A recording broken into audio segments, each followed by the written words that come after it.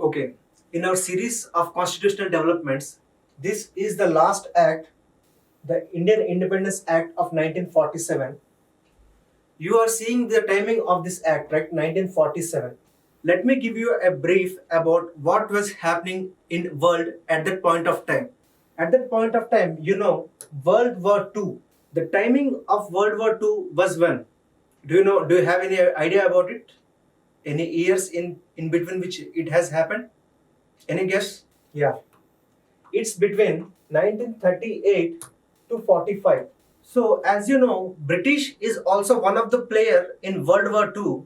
So it was very much burden of the on British that it needs to fight war on one side and also it needs to prevent the agitations of Indians. By which I mean, at that point of time, there were many Indian freedom fighters like Gandhiji, like Subhash Chandra Bose ji, Jawaharlal Nehru ji, and all which you would be learning in history in detail. They were asking about continuous demand about independence, like give us freedom, give us independence. Why are you not letting us to go? You are fighting World War II. Why we should involve in World War behalf of you? Huh? So they were asking these kind of demands that please let us have independence and all. And British was frustrated at this point of time because it was unable to defend them. While in some historical background, it will be covered in history perfectly, that while World War II was happening, Japan was coming to India, and British at that point of time was incapable of defending Indians. So Indians were terrified by this side of Britain and said, "See, you are unable to defend us. Just let us our independence. Just let us see that we will be fighting on the frontiers. We would be defending ourselves. Just give us that power. You just live. We would be handling ourselves." So after at that point of time, Indian Independence Act of 1947 has been passed. So this is the brief idea which I have narrated in a story format. So you would be understanding the provisions better while I explain. So on February 20 of 1947 itself only, the British PM at that point of time, Clement Attlee, he has declared that the British rule in India would end by June 30, 1948. It means that British is fed up of all these things and it has said like, see, we are incapable of ruling these colonies right now. Let us provide them independence, because particularly in India, there has been agitations a lot for the demand of independence. Lot of freedom fighters are martyring. Lot of freedom fighters are keeping constantly deliberating with British, like give us independence and all. And then this British PM has declared that okay, let us exit India on June 30, 1948. This was the initial date by which British has thought to leave India. Followed by the agitation, the Muslim League demanded partition of the country. So till now, India was divided into some several parties like Indian National Congress on one side and Muslim League on one side.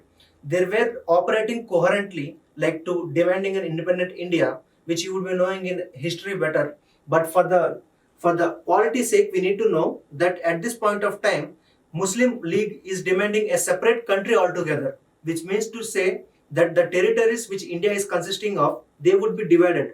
The governing would be lessened, and Indian National Congress is going to emerge as a single sole representative party of Indians. So at this point of time in 1947 June 3, there was other development, like the British government made clear that any constitution framed by the Constituent Assembly cannot apply to those parts of the country which were unwilling to accept it. Let me tell you this thing. If British is leaving India, would it want a peaceful India to exist? I mean to say, if that is not the intention also, you can just see by this feature, like it is saying, we would be exiting from India. Let me explain you by diagram. So this is India, right? The meaning of that point is, when British would be exiting India, there would be a constituent assembly which would be framing a constitution to rule this India, means how it needs to be governed and all. If any part of India, like the princely states, they are enjoying considerable autonomy in the time of British, right? If when British exits, if this constituent assembly is framing a constitution and any part of India doesn't want to include it in this constitution and don't want to abide by those laws, they could exit. They could declare that we are not abiding by this constitution. We would be having our set of own rules. This was the provision which I was mentioning in this point. Okay, you understood, right? So let's go into next point.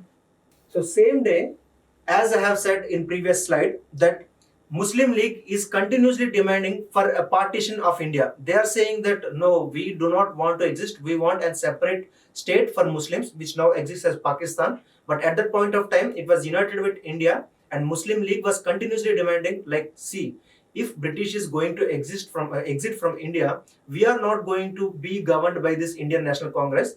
We want our separate state where we would be governed by Muslim League. So this is the thing. And at that point of time, Mountbatten, who was viceroy at that point of time, has put forth his partition plan, which is known as Mountbatten Plan, which you will be knowing better in history. But right now you see that Mountbatten Plan has divided India into two separate nations. Okay, just remember it. This has been accepted by the Congress and also the Muslim League. There were some kind of developments which in history it will be developed. It will be detailedly explained that what kind of developments had led to Congress to accept this kind of agreement which Mountbatten Plan has kept. But right now you just remember that Congress has accepted it and India is going to divide. And immediately after that, it has been proposed in Indian Independence Act. So the main thing of Indian Independence Act is it is also giving effect to Mountbatten Plan, that India would be partitioned by this act. There would be two provinces which would be ruled according to their own rulers. It has formally ended British rule and declared India as an independent and sovereign state from August 1947. So you would be coming across this term very much frequently: sovereign, sovereign, sovereign. What do you mean by this sovereign? Sovereign means it is on its own. It is not governed by any higher authority. It is not under control of any higher authority. It doesn't need to seek permission of any authority while doing something. It could conduct its own rules and it could have its own every kind of possible laws. So before 1947, what we used to have in 1935 also, British only made some laws and it has implemented. We are not having our sovereignty. We are not having our independence. But by 1947 Act, one of the prominent feature is it is declaring India into an independent and sovereign nation from now onwards.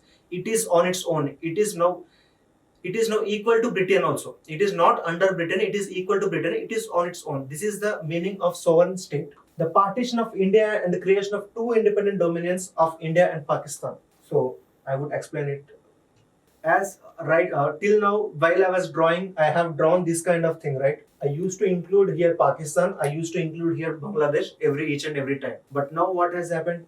These two are Muslim majority regions. So now these two are being divided from India. Now we are going to have only this much of Indian territory. So now onwards, whatever law we are going to implement, this is going to be only implemented in this boundary. The people who are residing only under this boundary would be abiding to this law, abiding to this constitution. So this is the meaning of the further development. So you also need to see that in 1858 Act, I have said, till then the Governor General of India was there, who was under the East India Company rule.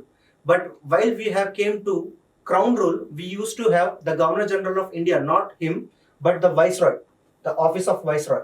So now Britain is ending its rule in India. Then why we need to have this office of Viceroy, right? There is no pertinent use of it. So they are abolishing it. So I think it would be very much ingrained into your mind that office of Viceroy has been abolished in 1947 Act. It is very obvious. And provide for each dominion a Governor General to be appointed by the British King on the advice of the dominant cabinet. Dominion cabinet. So what do we mean by it? So they are saying that, see, we are abolishing Viceroy.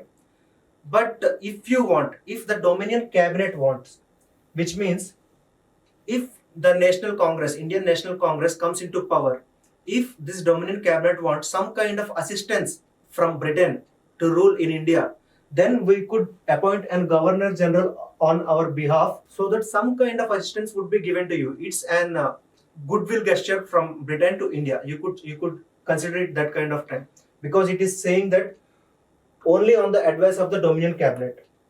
It is providing discretion to the Dominion cabinet that if you want, we would be providing Governor General to you. It also empowered constituent assemblies of the two dominions to frame and adopt any constitutions. So, first let me clear you some points here. While I mention this frequently, this term constituent assembly, what is this constituent assembly? How is it different from the legislative assembly which we have right now? So, constituent assembly have some constituent powers. The difference between both is constituent assembly has some constituent powers. Legislative assembly has some legislative powers. What is the difference between these both? Constituent powers means creation of constitution, creation of the basic laws and all, creation of articles, creations of schedules. These all is known as constituent powers. So this constituent assembly, constituents, this is responsible for creation of the constitution. And the other side, the legislative assembly is responsible for legislative powers, which means the laws which we are having right now, like the Citizenship Amendment Act, which has been recently passed, the Motor Vehicles Act, which has been passed. These kind of laws, whom does this make? Who makes this? Who makes them? So these are made by the Legislative Assembly. So this is made under the legislative powers. Okay. So whenever we deal with constitution, then it is constituent powers. Whenever we deal with normal laws, then this is legislative powers.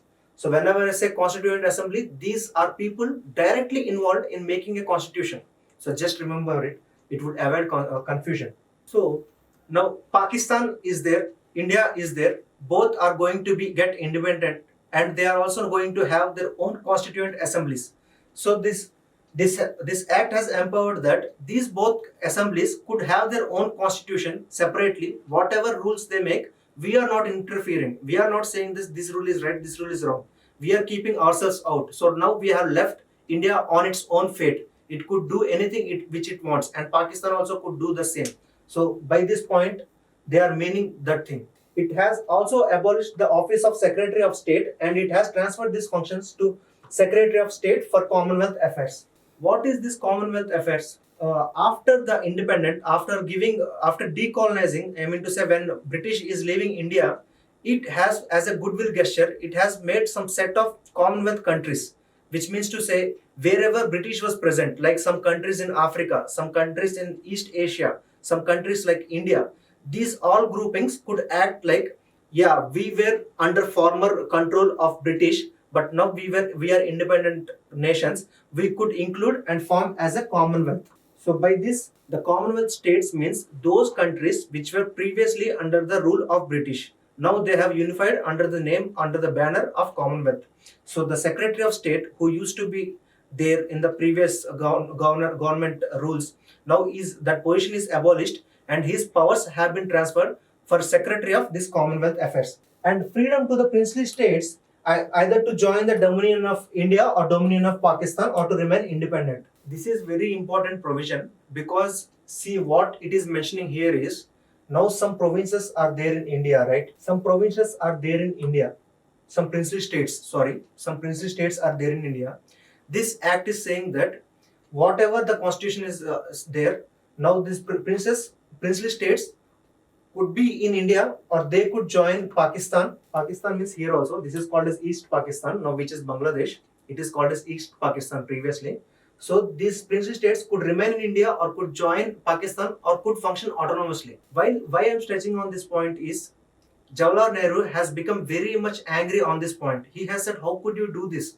It would disintegrate India, because we are at that point having some 500 odd princely states. If each of that state says that we would be remaining outside India, then we would be a disintegrated kind of country, and it would be very much burdening thing to have a stability in the country, right? So this point is very much not agreeable with the Indian National Congress. So take note of this point. This could be an important question also, like in which act it has given freedom to princely states to be there, or to remain with India or Pakistan, or just to exit from India. So take note of this point. And other thing is, it has deprived the British monarch of his right to veto bills. What is this veto? What is this veto of bills? As I have mentioned, a bill is proposal of set of laws. If it has to made act, it needs to be passed through parliamentary scrutiny, which means the parliament needs to give its approval. The members of the parliaments need to see what is this law and they need to give its approval. But what happens is, the veto means, it is a term used to say when someone is obstructing a bill. The power is now taken from the British monarch. Means earlier the British monarch has this power that if any law, if any bill is being passed in the parliament, then he could just stop it. It means he could just take that law and he could just tear it. That kind of veto has been there, but now that veto is being removed. Just remember this veto, because in many, not only in polity, in also in international relations also, it is very much commonly used terminology, which means an power to obstruct anything, which, mainly the bills. If anyone is proposing some proposal, they have the power to veto it. It means to obstruct it. Okay. The members of civil services who were appointed before this act, which has been passed, would be enjoying the same kind of things. They are not terminated from their services, or nor their tenure or nor their service conditions are being deprived. They are being enjoyed the same conditions throughout. So here comes the real fight. On midnight of August 14, 1947, the British rule came to an end and power was transferred to the two new independent dominions of India and Pakistan. So I do not need to stress upon it. You know, you have been hearing it from your school childhood days that in August 1947 we have got this independence, and now you know the further developments. To the prior developments of the independence also. What has happened? The Indian Independence Act has been passed. It has said that we are separating from this, and the princely states which want to remain in India could remain, which want to exclude could exclude, and we also removed the veto power from the monarch, and the viceroy position has also been abolished. So such kind of developments. After all these things, on midnight August 14, 1947, on stroke of a pen, we just got independent. British is going to leave now, and the Lord Mountbatten became the first Governor General of the new Dominion of India, which means, as I have said, the viceroy position has been abolished, but the British has said, we would, if the Dominion wants, we would be keeping a Governor General from our side in India to see the partition and to see the administration of New India. So what has happened is, the Dominion of India has said, see, the Lord Mountbatten, who is at that point of time viceroy, let him become the first Governor General of India. And this similar question, when asked to Pakistan Dominion, they have said, see, we do not want any assistance from you. We are good at our own terms. And Muhammad Ali Jinnah became the Governor General of Pakistan, first Governor General of Pakistan.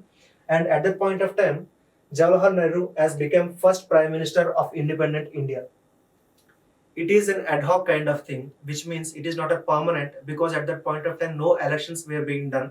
So someone needs to be at the prime minister position, right, to see all these things, to have a position of head of state. So at that point of time, Jawaharlal Nehru was a very strong leader. So he acted as the first prime minister of independent India. And the Constituent Assembly of India, formed in 1946, became the parliament of the Indian Dominion. Actually, if you see the parliament now, what happens is, we have people at Lok Sabha, we have people at Rajya Sabha. The Lok Sabha people are directly elected by us in Lok Sabha election polls. But what has happened is, there was no condition to conduct elections, because at that point of time, universal adult franchise was not granted. So only few people are eligible to elect representatives. So at that point of time, what happened is, the Constituent Assembly, which I would be dealing in subsequent episodes, it has been acted as first Parliament of India, which means it would be acting daily, and it is now empowered to make Parliament rules for India. So first Parliament of India is the Constituent Assembly, those people who are sitting at that positions. Okay. So this comes the conclusion of 1947 Act.